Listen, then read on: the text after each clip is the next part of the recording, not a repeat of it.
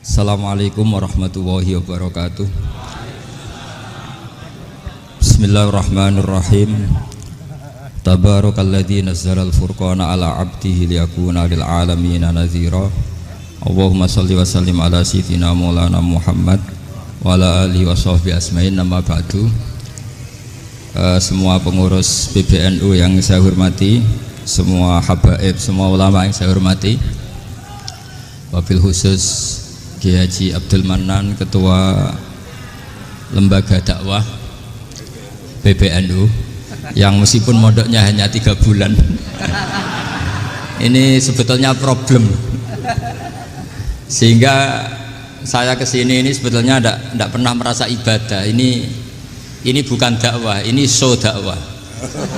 Jadi yang namanya dakwah itu ya orang-orang di kampung nggak bisa ngaji, diajarin ngaji. Seperti saya di Jogja, di Rembang. Kalau ini show dakwah. Dan ini ada agak kesalahan karena mondoknya hanya 3 bulan.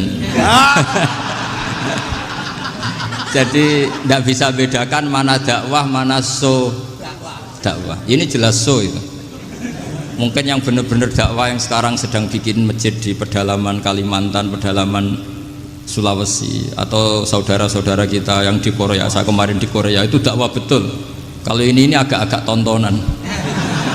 Ya tapi masih bagus lah, melihat wajahnya habib ulama itu ibadah. Tapi begini ya, yang jelas saya berharap sekali, saya diundang sekali ini saja, jangan diulang. Karena mencintai ulama itu baik, tapi ngatur ulama itu dosa. Ini jadi ini harus dicatat. Jadi Imam Malik itu kalau diundang tuh marah, meskipun yang undang itu seorang raja zaman itu, Harun ar-Rasyid. Beliau minta supaya Imam Malik baca Muwatta di istana untuk anak-anaknya, padahal seorang presiden mau ngajari anak-anaknya. Imam Malik marah, masyhur itu, al ilmu yu'ta la ya'ti, ilmu disowani, ora kok ilmu yang sowan. Di mana-mana timba itu ke sumur apa sumur yang ketimba? Timba ke sumur. Ini agak kecelakaan. Pakai air pam. air pam katanya. Ini udah banyak air. Sehingga saya kata orang banyak itu di SK-kan PBNU, tapi itu tidak pernah saya pikir. Karena saya melakukan kebaikan itu sebelum dapat SK. Saya ngajar sebelum dapat SK, saya dakwah di mana-mana sebelum dapat apa? SK. SK saya langsung minallahi ta'ala, dari Allah ta'ala. Jadi kalau PBNU niatnya ikrar bahwa orang yang sudah manfaat diangkat, itu saya terima. Tapi kalau merasa ngangkat saya, tak lawan di pengadilan. Karena saya sudah jadi kiai sebelum diangkat PBNU. Ya ini saksikan ya para muhibin saya. Jadi kalau SK itu ikrar, ngakui kalau Gus Bak manfaat, saya terima. Kan hanya ikrar saja, apa? Tapi kalau merasa ngangkat dari bawah ke atas, itu tak lawan sampai apa? Pengadilan, sampai di akhirat. Tersangkanya ya yang sedang jabat sekarang itu. Tapi saya yakin enggak, Kiai Miftahul Ahyar itu orang alim, karena alumni Sidogiri dan menantunya Syekh Duki. Di antara gurunya itu pernah mbah mertua saya, karena istri saya orang Sidogiri. Beliau juga besanan sama keluarga Lasem, saya ini Durriyah Lasem. Pak Said Akil juga orang alim, mbah-mbahnya juga orang alim. Baru kemarin nyocokkan nasab sama saya. Buyut-buyutnya beliau itu adik buyut saya, pernah cocokkan sama saya. Gus, saya sama saya tua mana? Tua saya, buyut kamu adik buyut saya, kata saya gitu. Tapi saya tetap hormat sama beliau karena ya pernah sepuh umurnya setidaknya. Jadi saya ulang lagi, ngaji seperti ini itu sebetulnya lebih ke show, pertunjukan, supaya pertunjukan ini tidak dosa. Saya isi ngaji betulan. Tapi jangan diulang, karena biasa ngaji rutin. Saya di Jogja tafsir Jalalain sudah juz 23, pernah khatam hikam, sekarang Nashahul Ibad separuh. Saya ngaji di Sidogiri Itkon, di Sarang Balaghatul Quran, di Hajen Lubul Usul, tapi sarahnya yang Thariqatul Usul, sarahnya Mbah Sahal Mahfud. Jadi baru di sini ngaji bersaing sama orang yang mondok berapa? 3 bulan. Ini masalah. Masalah. Gak boleh mondok itu harus buat tulis zaman. Tapi ya tidak apa-apa, mungkin laduni ya. Jadi kalau mondok cepet itu kemungkinannya apa? Laduni. Begini, tapi saya tertarik apa yang dikatakan Kiai Haji Abdul Manan tadi menyangkut kalimat tauhid. Saya ngaji di mana-mana bilang, kalau ngaji itu yang tahqiq itu detail. Detail itu bahasa Arabnya tahqiq.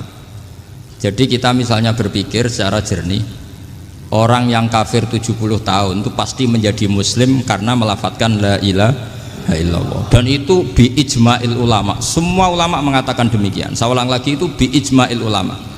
Karena mansus di Quran ada ayat kulil ladina kafaru iyantahu yughfar lahum ma qad salaf. Kalau orang yang kafir 70 tahun bisa dihilangkan kekafirannya hanya dengan kalimat la ilaha illallah Muhammadur Rasulullah. Berarti kalimat ini statusnya apa? Penghilang kekafiran, apa? Penghilang kekafiran. Lalu ada kelompok yang mengatakan gara-gara kalimat la ilaha illallah dan pegang patok nisan itu orang menjadi kafir. Ini kan jadi paradok. Lafat yang kita statuskan sebagai penghilang kekafiran dengan lafat yang sama orang menjadi kafir. Itu nggak ketemu nalar. Mbok nalar paling apapun tetap nggak ketemu. Kecuali tadi ya dalilnya pokok yang ngotot tadi. Itu memang kacau itu. Tapi alhamdulillah mereka insya Allah ya sadar. Kamu jangan bayangkan mereka tidak sadar terus, berarti kamu doanya jelek. Bisa saja mereka sudah ingin sadar, berhubung digojlok ini terus gak jadi sadar. Jadi jangan-jangan salah kita karena sering gojlok sehingga yang mau sadar jadi tidak apa? Nggak sadar. Saya tadi jam 10 sampai setengah 2 masih ngajar di pondok saya ngajar tafsir masih di Rembang sana saya. Terus saya ke Semarang Delalah Muyassar. Ya mungkin agak-agak keramat, jadi tetap jam 3:4 saya bisa ketemu Habib Umar Hafid. Saya beberapa menit ya diskusi tentang manhaj beliau, dan kebetulan saya sering belajar kitab beliau sama alumni-alumni Darul Mustafa. Meskipun saya tidak pernah ke sana, tapi saya tahu betul mazhab beliau karena al arwah junudun apa? Mujannada. Begini, saya sering dingendikani Mbah Mun, politik tidak jelas itu bagian dari kejelasan. Ini yang perlu dicatat. Jadi politik tidak jelas itu bagian dari apa? Kejelasan. Misalnya begini, siapa yang mengira Khalid bin Walid yang sangat musuhi Rasulullah, dia panglima orang kafir ketika mengalahkan Rasulullah di perang Uhud, akhirnya Khalid bin Walid masuk apa? Islam. Begitu juga Wahsy, qatilu ahabbin nasi ila Rasulillah, pembunuh Said Hamzah, akhirnya juga masuk Islam. Begitu juga Abu Sufyan, dia pemimpin besar kafir Mekah ketika perang Badar, ketika perang Khandaq, akhirnya juga Islam dan menjadi mertua Rasulullah Shallallahu Alaihi Wasallam. Dari fakta ini kemudian banyak ulama alim yang ngambil sikap itu ya coro Jawa itu anggang-anggang. Anggang-anggang itu gak tegas, tapi gak tegas dari rumusan ilmu yang detail. Saya ulang lagi, gak tegas tapi dari rumusan ilmu yang apa? Detail. Bisa saja orang yang sekarang kafir suatu saat mukmin atau muslim. Bisa saja yang sekarang sedang fasik suatu saat soleh. Bisa saja yang mondok 3 bulan rois PB NU. Sementara yang mondok lama kadang Kiai RT. Tapi itu hanya hukum duniawi. Saya yakin yang Kiai RT ini PBNU di akhirat. Karena mondoknya lebih apa? Lama. Itu tak jamin. Saya juga berencana mimpin NU di akhirat saja, bukan di dunia. Makanya saya mohon SK itu berakhir muktamar mendatang. Karena saya sudah kiai sebelum diangkat. Makanya saya ulang-ulang, kalau pengangkatan itu niatnya ikror, saya terima. Tapi kalau niatnya ngangkat, tak gugat di pengadilan. Ini tidak guyon, ini betulan itu. Ya, tapi ini hanya guyon saja. Nah, ini penting saya utarakan teori ngaji ya. Ini saya bacakan naskah asli Sayyid Umar Hafid supaya Anda dapat barokah beliau. Karena beliau selain alim allamah, muridnya Habib Salim, juga beliau pernah ngaji kutub Sayyid Abdul Qadir Segaf di Jeddah. Juga beliau sering istifadah di beberapa kiai. Ini saya baca teks Arabnya, kemudian saya terjemah. Bagi yang tidak setuju pemaknanya bisa gugat, karena saya baca Arabnya. Yang nggak setuju pemaknanya bisa gugat, tapi tak jamin kalah karena saya paham betul teksnya maknanya seperti itu. Logikanya tadi ya, ketika Rasulullah ngambil sikap tegas kepada qatilu Hamzah yaitu Wahsy, dan ketika Rasulullah ngambil sikap tegas pada orang-orang yang mengalahkan beliau di perang Uhud, kaifa yuflihu qaumun fa'alu bi anbiya'ihim hakadha, bagaimana mereka jadi orang benar atau orang yang dapat kebahagiaan kalau mereka perlakuannya seperti Nabi seperti ini, yaitu Nabi sujja wajhuh masyhur wa kusirat ruba, yaitu Nabi itu wajahnya terluka, gigi serinya tanggal. Orang-orang seperti ini tuh nggak akan bejo kalau orang Jawa, nggak akan falah. Tapi apa yang terjadi? Allah menurunkan ayat laisa laka minal amri syai'un aw yatuba 'alaihim aw yu'adzibahum. Muhammad itu bukan wilayah kamu ngecap orang, menstigmasi orang itu tidak wilayah kamu. Saya bisa saja mengampuni mereka atau menyiksa saya itu atau menyiksa mereka itu wilayah saya, kata Allah. Saya bisa saja mengampuni mereka atau menyiksa mereka itu wilayah saya. Sehingga akhirnya apa? Rasulullah tidak ngambil sikap yang mungkin orang lain mengatakan itu tidak tegas, tapi itu kearifan. Betul, akhirnya Wahsy malah masuk Islam. Khalid bin Walid panglimanya juga masuk Islam.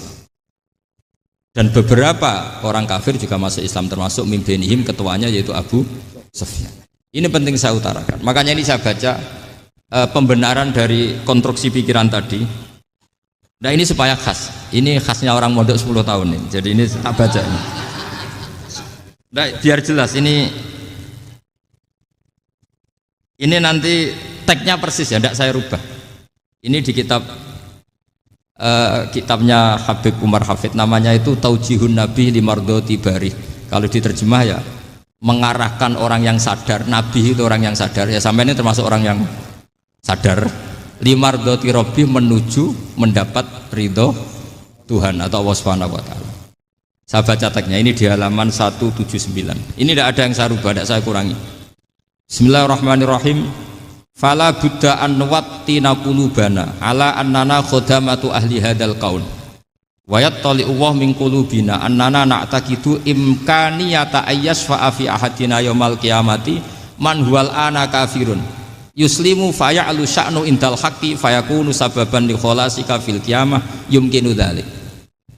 Jadi kita para dai, para kiai itu adalah khodamatu hadal kaun. Kita ini adalah pelayan alam raya ini yang selalu berharap alam ini akan lebih baik. Orang yang sekarang sedang kafir bisa saja nanti yang nyafaati kamu di akhirat, yaitu mereka masuk Islam lalu Islamnya lebih serius, akhirnya punya hak syafaat. Sementara kamu Islam mulai kecil tapi biasa-biasa saja seperti ini, mulai dulu ngaji terus sama Ki Abdul Manan, nggak pernah yang ngisi ngaji. Itu artinya nggak ada perkembangan. Makanya saya nggak ingin ngaji lagi, karena saya ingin perkembangan Anda nanti tukang mengisi, bukan yang diisi. Kalau saya nanti ngaji lagi di sini, artinya Anda kalau tetap mendengarkan itu tidak ada perkembangan. Pantes saja semulang Gus Bahak sampean sing ngaji. Sekali-kali ada perkembangan, saya ngaji sampean yang mulang, itu bagus itu. Meskipun itu perkembangan yang menyesatkan.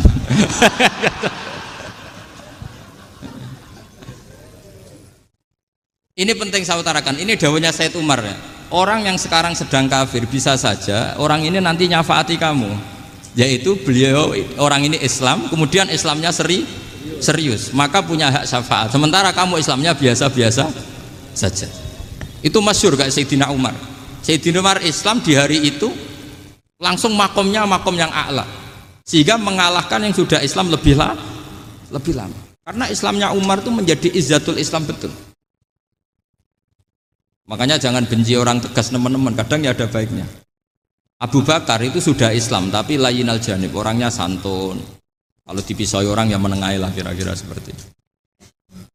Begitu juga Bilal, Ammar, Suhaib. Singkat cerita, Rasulullah itu sering dibully ya, sering disiksa orang-orang kafir. Rasulullah berharap, wah kalau yang Islam gini terus repot. Melihat Umar ini petarung di pasar Uka, dia dapat uang itu kalau tarung, menangan. Kata Rasulullah, kalau ini yang Islam ya bagus. Beliau berdoa, Allahumma aizal Islam bi Umar. Itu kira-kira 2 hari dari doa beliau, Umar masuk Islam.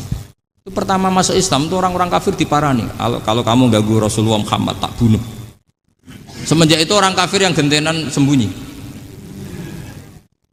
Sehingga kata para mereka yang Islam, Islam selalu jaya mut aslama Umar, ketika Umar masuk Islam. Itu dalam satu hari Islam itu Rasulullah sudah ngendikan Umar yang Islam sehari ini imannya kalau ditimbang separuh ahli dunia masih unggul sama Islamnya Umar. Nah bisa saja seperti itu. Jadi saya minta sama teman-teman yang mencintai ilmu, tidak tegas itu bagian dari ketegasan dalam ilmiah, karena kita ini tidak mengendalikan dunia, tidak mengendalikan hidayat, hanya Allah piyambak yang ngasih apa? Hidayat. Maka sikap kita laisalaka minal amri syai'un aw yatuba alaihim aw yu'adzibahum. Rasulullah yang ahabbul khalqi ilallah saja tidak boleh tegas karena semuanya potensi itu ada. Cuma kita tegas dalam kebenaran saja, tapi nggak perlu tegas dalam mengawal kebenaran. Kenapa demikian? Karena Islam ini agama yang akan dijaga Allah ila yaumil. Yang jaga Islam bukan PBNU, bukan PP Muhammadiyah, bukan kiai. Yang menjaga Islam namun Allah Subhanahu wa ta'ala. Makanya Sayyidina Umar itu kalau disuruh mikir Islam itu gak mau betul. Masyhur itu dalam tarikh-tarikh. Umar mimpin itu sukses, banyak futuhat. Singkat cerita akhirnya orang itu kelangenan, wah kalau Umar meninggal kayak apa. Sehingga Abdullah bin Umar setiap jalan-jalan itu dibully, kalau sekarang dibully. Ya Abdullah bin Umar, bapak kamu itu gimana? Sudah sepuh mau meninggal kok tidak suksesi. Kalau saja ada orang penggembala kemudian meninggalkan kambingnya di hutan, kamu anggap orang yang mudoyik enggak, menyanyiakan kambing itu enggak? Ya iya, kata Abdul bin Umar. Apalagi amru hadil umat ini mau ditinggal gelanggang, nanti suatu saat Umar meninggal. Mbok ya suksesi supaya jelas. Logika itu diaturkan ke Umar radhiyallahu anhu, ke Sayyidina Umar. Pertama Umar agak tertarik dengan logika itu. Lama-lama beliau marah. Tidak jadi. Saya tetap tidak akan istikhlaf, tidak akan suksesi, dan saya tidak akan mikir Islam, katanya. Islam akan diurus oleh Allah Subhanahu. Terus beliau ngendikan, Islam ini jalan ketika ditinggal Abu Bakar, bahkan ketika ditinggal ahabbul khalqi ilallah akramul khalqi indallah, yaitu Rasulullah Muhammad sallallahu alaihi wasallam. Coba Islam dulu dipimpin Abdul Qadir ketua wali, dipimpin Wali Songo, dipimpin orang top. Sekarang dipimpin mondok 3 bulan jalan. Karena Islam yang ngatur Allah Subhanahu wa ta'ala. Jadi ini penting. Loh coba ustadz tuh banyak yang nggak bisa ngaji loh. Tapi ya laku ya nggak masalah. Loh saya kemarin di Korea seminggu. Itu TKI jadi khotib, ada yang jadi mufti, ada yang jadi suriah. Itu ada yang di sana jadi suriah, pulang ke kampung angon kambing lagi. Loh itu teman saya kenal. Suriah Korea. Iya suriah Korea tapi. Artinya gini, bahkan masjid semua yang di Korea itu didirikan oleh TKI dan TKW. Mereka digerakkan Allah untuk mikir agama, karena agama ini milik Allah. TKI saja mikir. Makanya ini penting, yo dakwah tapi tauhidnya sing kenceng, jangan dakwah kenceng tauhidnya kendor. Itu bahaya betul. Saya ulang lagi ya, ini dawuh Habib Umar. Jadi kata beliau, fala buddha anwattina kulubana, kita harus yakin seyakin-yakinnya bahwa semua kemungkinan itu mungkin. Makanya masyhur dalam tarikh ketika kafir Quraisy mau disiksa oleh para malaikat karena mereka sering menyakiti Nabi, kata Nabi gimana? Jangan. Saya berharap kalau bapaknya tidak mukmin, suatu saat anaknya mukmin. Masyhur dalam tarikh. Musuh Nabi besar siapa? Walid bin Mughirah. Punya anak Khalid bin Walid. Abu Lahab punya anak Darrah, itu mukminah yang baik. Abu Jahal punya anak Ikrimah, itu mukmin yang baik. Di Indonesia lebih hebat lagi. Bapaknya ra iso maca Quran, anaknya hafid. Bapaknya utun ra tamat SD, anaknya jadi dekan. Di Indonesia banyak orang nggak siapa-siapa, anaknya jadi presiden, anaknya jadi menteri. Artinya jangan karena bapaknya kafir kamu nganggep anak turunnya pasti selalu kafir. Teori itu sudah salah zaman Rasulullah. Yaitu Walid akhirnya punya anak Khalid, Abu Lahab punya anak Darrah. Terus siapa? Abu Jahal punya anak siapa? Ini penting saya utarakan karena dakwah kalau terlalu semangat, nanti kalau menghilangkan tauhid bahaya. Tetap innal huda.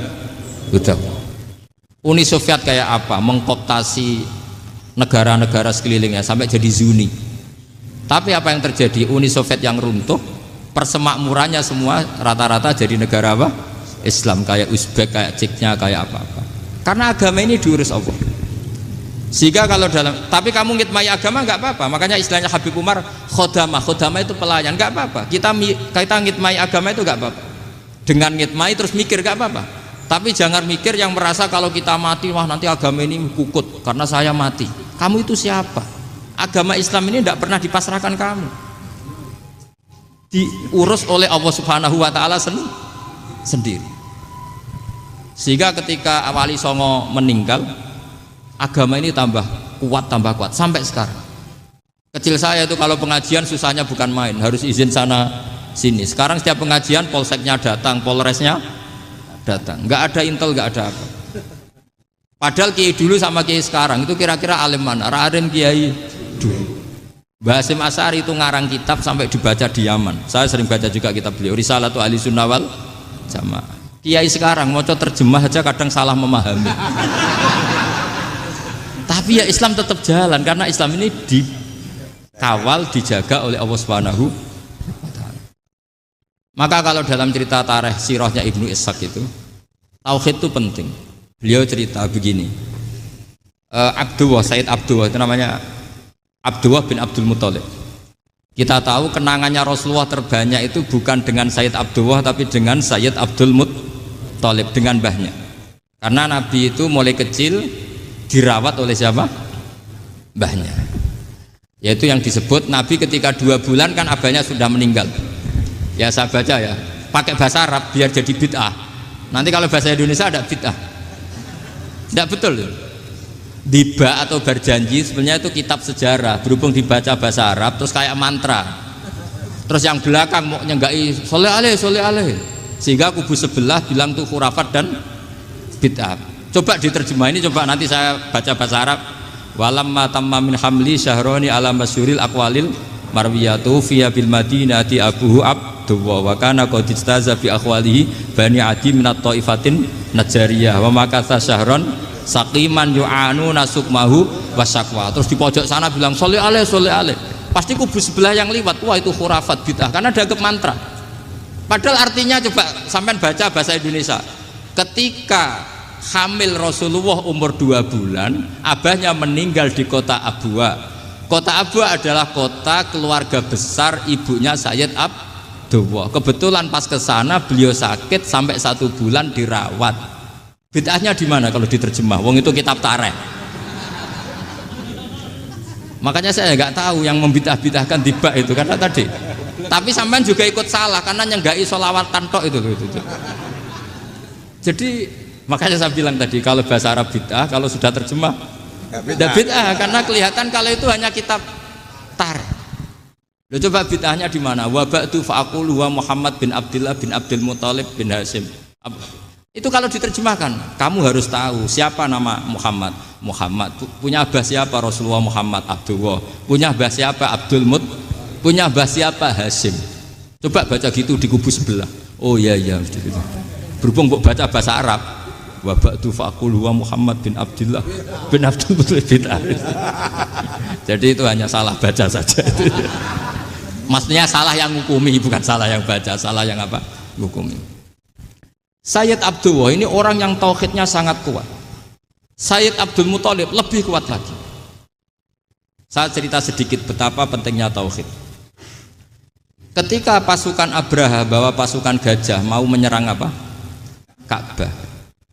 Itu sebelum menyerang itu semua aset-aset milik orang kafir Quraisy, milik orang Quraisy lah. Itu ditawan, diambil. Termasuk milik Sayyid Abdul Muthalib, milik Abdul Muthalib. Terus ketika mau masuk Ka'bah, mau masuk Mekah, kata Abraha, man sayyidu hadal wadi, siapa yang kamu tuakan, yang kamu pertuan di sini? Oh, Abdul Muthalib.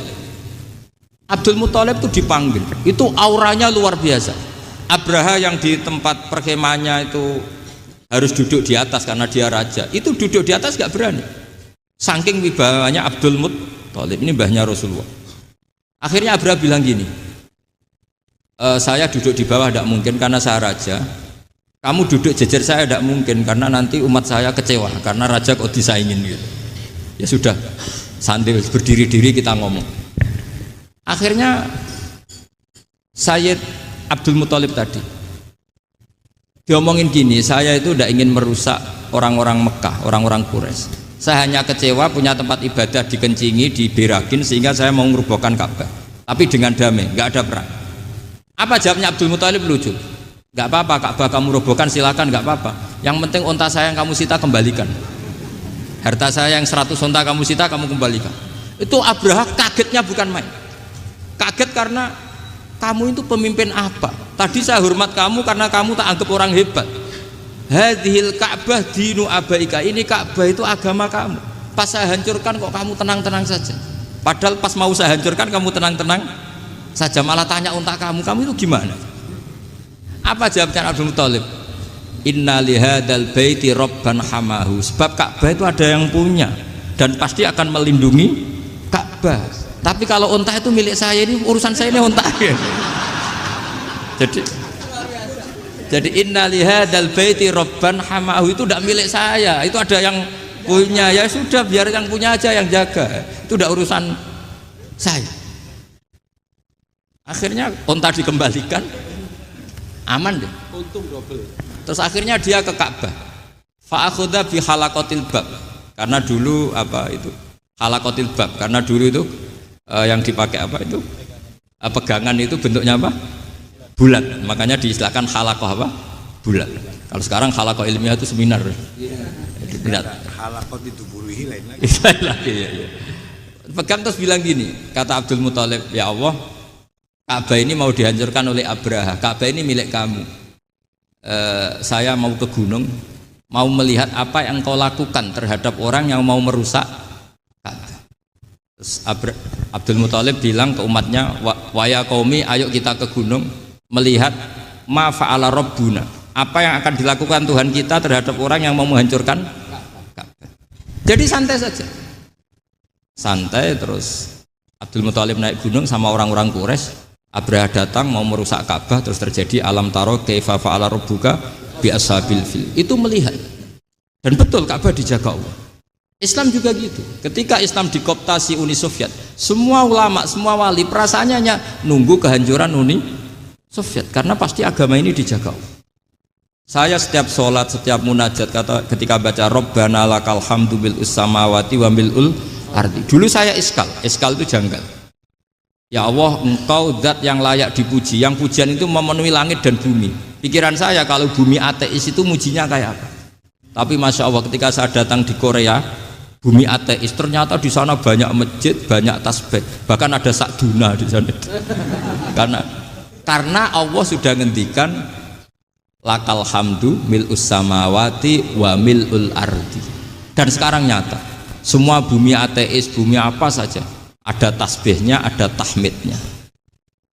Makanya sadaqallahul adzim ketika ngendikan sanurihim ayatina fil afaq walladzi arsala rasulahu bil huda dinil haqqi liyuzhirahu 'alad dini kulli. Makanya saya mohon sekali bahwa agama ini harus kamu khidmah. Tapi enggak boleh kamu pikir.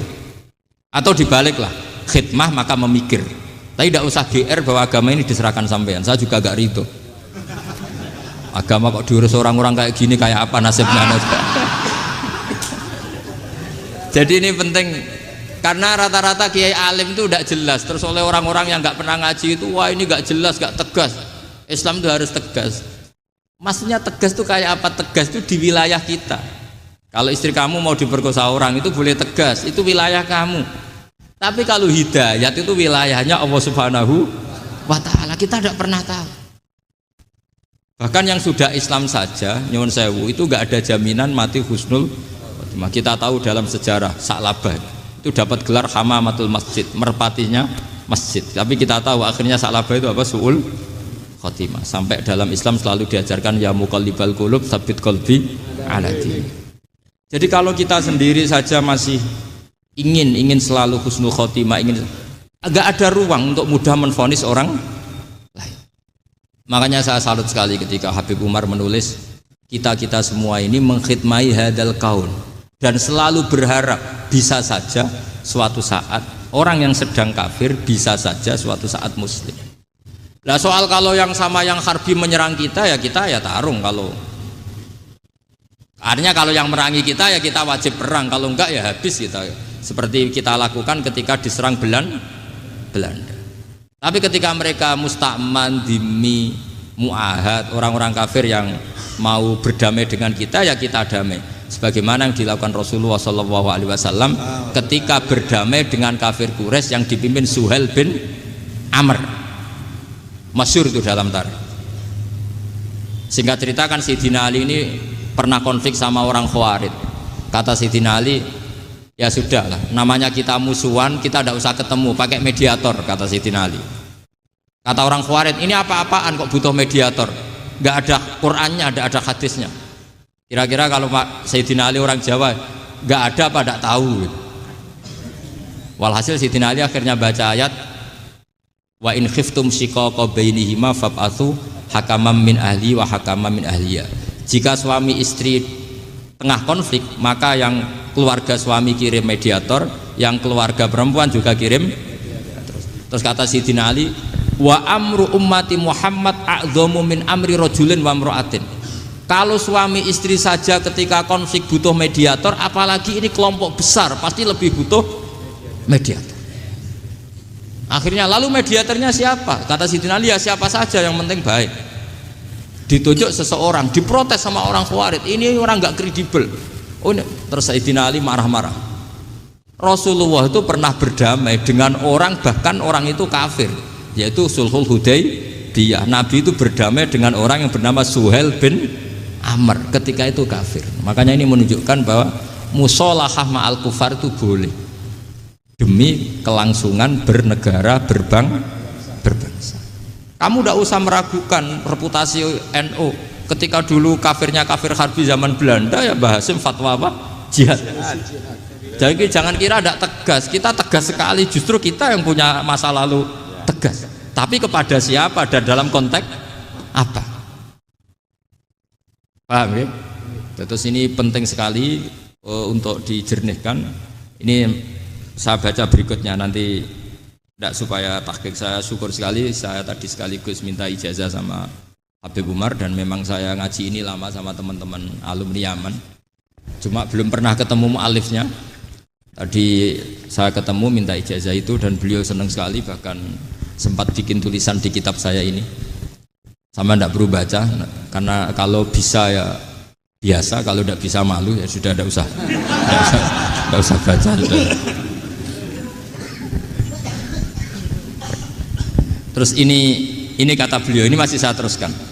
Nahnu min hadhil intilaqah naktasibu thabatana wa quwwata yaqinina wa illa fa fil ardi mu'aridun wa muntaqidun wa mukhalifun min akhyarin wa asrarin sholihin wa fasikin muslimin wa kuffar. Kalau kamu punya satu metode ilmiah, metode dakwah, kamu harus siap, karena pasti ada yang menentang. Yang menentang itu ya mulai orang soleh, tidak soleh, orang macam-macam. Jadi kalau sudah punya manhaj, memang dari awal harus siap apa? Ditentang. Jadi misalnya PBNU punya kebijakan apa, ya sudah siap saja dibully. Itu pasti itu, karena nggak ada manusia semua suka, semua benci. Kata beliau, anta in kunta fi syakkin min hadzal maslak wal manhaj fattabi man syi'ta wasaha angka ghaniyah wa in kunta ala yaqinin annahu al huda wa mirasun nubuwah wa annahu haqiqatu tarjamatil ahdi ma'rab fala tata'atsar min kalami ahadin yakunu mangkana. Jadi intinya kita mengawal Islam secara rahmatan lil alamin itu justru kita berharap menjadi simpatik dan menjadikan mereka menjadi napa Islam. Jangan ketika simpatik dianggap gak tegas. Saya masih ingat betul dawe Mbah Mun, hak sekseni, kata beliau. Saya masih ingat kalimatnya, sekseni. Akurat tegas itu berdasar ayat laisalaka minal amri syai'un aw yatuba alaihim aw yu'adzibahum. Karena potensi sosial itu bisa rubah. Orang yang sekarang kawan kamu bisa saja suatu saat jadi musuh. Yang sekarang musuh kamu bisa saja suatu saat jadi kawan. Terus kamu ngambil sikap tegas dalam sesuatu yang nggak stabil seperti ini, lalu tegas itu kan nggak pada tempatnya. Makanya yang seperti ini kata Allah pakai asa itu menawa. Asa wahu ayyaj'ala bainakum wa bainal ladzina adaitum minhum mawaddah. Bisa saja orang yang sekarang musuhan dengan kamu suatu saat dijadikan mawaddah. Kamu udah mawaddah itu saling mengasihi. Kamu udah usah tanya, wallahu qadir, kata Allah, karena Allah mampu. Jadi dalam hukum-hukum sosial Allah seringnya bilang apa? asa. Misalnya wasa antakrahu syai'a wa huwa khairul lakum, wasa antuhibbu syai'a wa huwa syarrul lakum. Karena masalah sosial ini semuanya asa, yang pernah tahu siapa. Bisa saja sekarang saya Rois Suriah, nanti SK-nya nggak turun lagi, tapi saya tidak apa-apa. Bisa saja nanti santri 10 tahun dipimpin 3 bulan, nggak apa-apa. Bolak-balik nggak apa-apa, saya tidak akan kecewa. Karena masya Allahu kana wa malam yasa lam yakun. Assalamualaikum warahmatullahi wabarakatuh.